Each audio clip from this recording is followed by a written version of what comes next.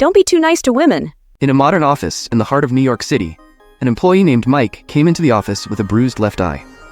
His boss, Mr. Johnson, who was always concerned about his employees, immediately noticed something was wrong. "Mike, what's wrong with your eye?" asked Mr. Johnson with concern. Mike sighed and began to explain. "Yesterday, I was standing in line at the supermarket. In front of me was a woman with a skirt wedged in the crack of her ass. I thought it would be good if I helped, so I pulled her skirt up to make it look neat. Suddenly she turned around and punched me in the left eye." Mr. Johnson chuckled and said, "Oh, she must have misunderstood. So, what happened to your right eye?" Mike scratched his head, looking a little embarrassed.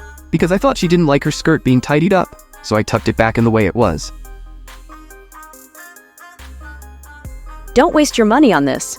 Ever since I was a child, I always felt afraid that something was lurking under my bed every night. Finally, I decided to see a psychiatrist and said, "I have a problem. Every night I feel like there is something under my bed. I'm very scared and worried I'm going crazy." "Take it easy," the psychiatrist said. "Join this therapy. We will meet 3 times a week for 1 year. It will help you overcome your fears." "How much does it cost?" I asked. $80 per session, replied the psychiatrist. "I'll pay," I said, and started the session. 6 months later, I met the psychiatrist on the street. "Why did you stop coming?" the psychiatrist asked. "I found a cheaper solution," I replied. "A barmaid only charged me $10 and advised me to ditch the bed and sleep on the floor on a mattress." "And that worked?" asked the psychiatrist. "Yes," I said. "Now I don't have to worry about anyone hiding under the bed." When the bus stopped and it was her turn to board, Jane realized that her skirt was too tight. Her legs could not make it up the first step of the bus.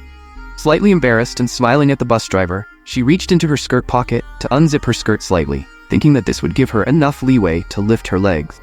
She tried to take a step, but couldn't. So, a little more embarrassed, she once again reached back to unzip her skirt a little. And a second time tried to take a step. Again, to her annoyance, she couldn't lift her leg. With a slight smile at the driver, Jane again reached back to unzip the zipper a little more, and again was unable to take a step.